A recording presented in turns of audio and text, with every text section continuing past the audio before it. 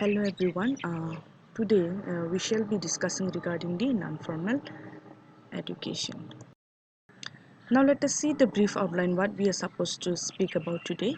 Meaning and concept of non-formal education, characteristics of non-formal education, need and importance of non-formal education, agencies of non-formal education, correspondence education and its objectives, distance education and its nature and characteristics, open education and its characteristics, open university and its objective. Now let us see the meaning and concept of the non-formal education. Non-formal education has emerged as one of the alternatives of the formal system of the education. It is a need-based education in a free atmosphere, and we can say that it is developed as a result of an interest in making education a lifelong affair rather than a matter of the formal schooling. So, it has been accepted as complementary and supplementary to the formal education, which aim at development of the productivity and improvement of quality of life at the individual as well as the national level. So non-formal education mean to meet the need of the school dropouts, neo-literates, working women, and above all, child labor, disadvantaged groups alike. So non-formal education provides various learning opportunities not available in the formal system. Anyone can go for the non-formal education. So by nature, it is highly flexible and inexpensive, but this system is structured and planned but outside the realm of the formal education. So in brief, we can say that non-formal education, it is outside the realm of formal education.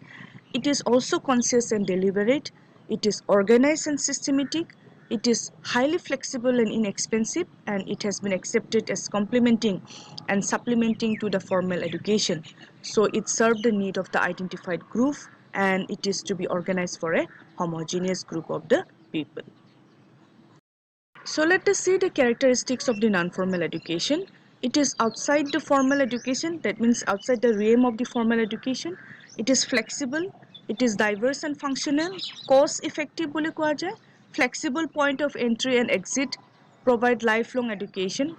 It aim at the human development, it is need based. Those who couldn't go along with the formal system of education can opt for the non-formal education, primarily not for degree or diploma and not dominated by teacher or any examination, or not dominated by the teacher or the any supervisor, we can say. Let us see the need and importance of the non-formal education. It is based on the democratic principles. It provides lifelong education.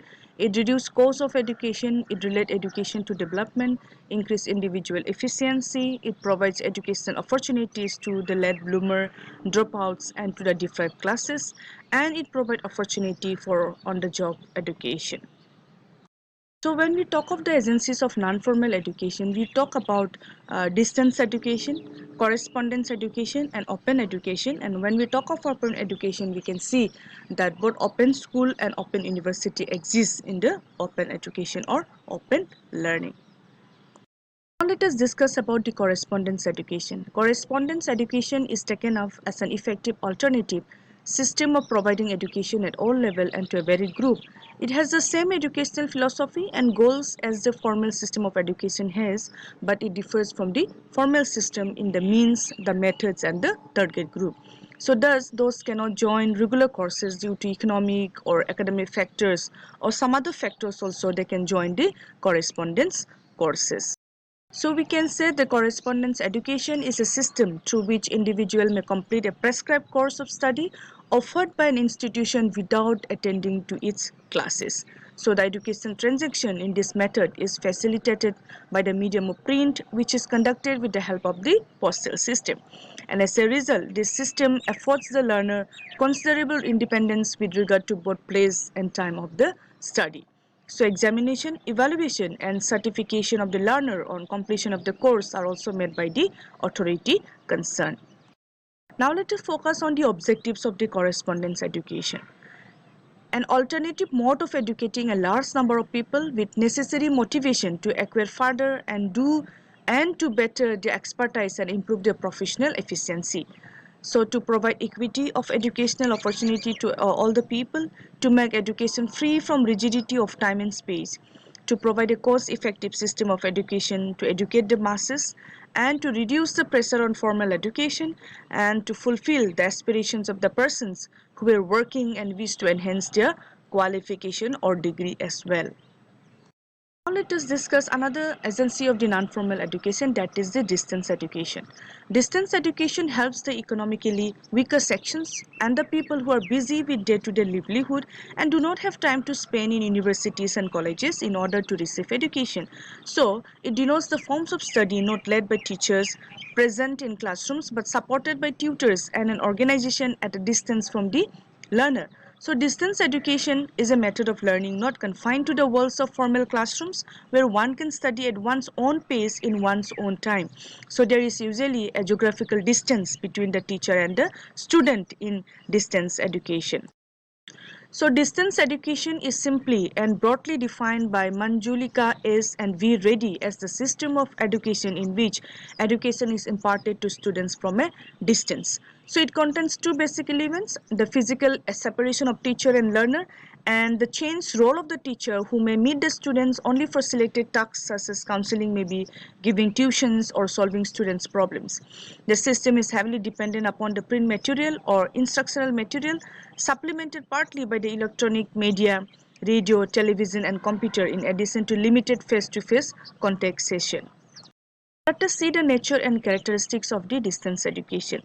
It is a system of mass education, it is indirect education, it concentrates on the needs and convenience of the learner, hence it is learner-centered, and it is flexible with regard to qualifications for entry as well as in the course that can be completed in a number of years. And it provides immense opportunities for higher education, and in distance education the teacher prepares learning materials from which he himself may never teach. Another teacher may use the materials and evaluate students' work. In distance education, the goal of linking of learning materials to learner is the center of the organizational structure.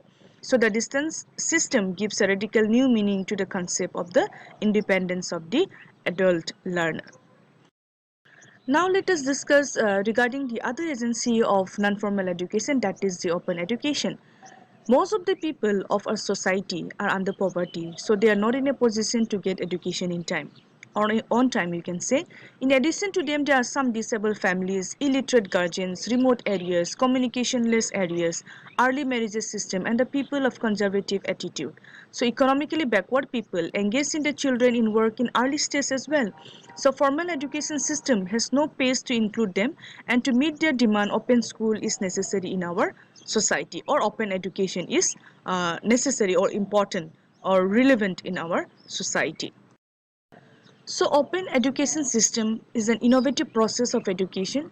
Traditional education has strict rules and regulation, permanent location, fixed timetable and age bar. And as a result of this challenging attitude have outbreak in the society, and the open education movement overthrows all the attitudes and meet the general need of the society. So open learning is an organized education activity based on the use of teaching materials in which constraints on study are minimized either in terms of access or of time and place, pace and methods of study of any combination of these. So we can see the characteristics of the open education. It is open to all people. Students can learn at their own pace in their own time. It is quality education. It is a very flexible system. It provides up-to-date knowledge and improves the educational qualification of learners. It is suited to the diverse requirements of the learners, and it provides both academic and vocational education. Now let us talk about open school under the agency of the open education. Open school system is a significant concept of the modern society for the extension of education. Now open schools are established to give minimum education, particularly maybe to school dropouts, working adults, housewives and socio-economically backward section of the society. So open school offers a parallel non-formal system as an alternative to formal schooling, and with the help of distance teaching method it offers preparatory courses for enabling learners to take up secondary, vocational and technical level courses. So open school give instruction to students through printed lessons, audio tapes and multimedia instructional materials, and open school may also broadcast lessons on the radio and television. Now let us talk about the Open University as an agency of the open education, or as an agency of the non-formal education. So the Open University is one such alternative for taking education to the doorsteps of those who are desirous of learning, or maybe we can term as the higher learning. So Open University offers a parallel non-formal system as an alternative to formal education, and Open University provides the opportunity of education to out-of-institution learners, school dropouts, working adults, housewives and learners from the disadvantaged sections of the society living in villages and remote areas of the country.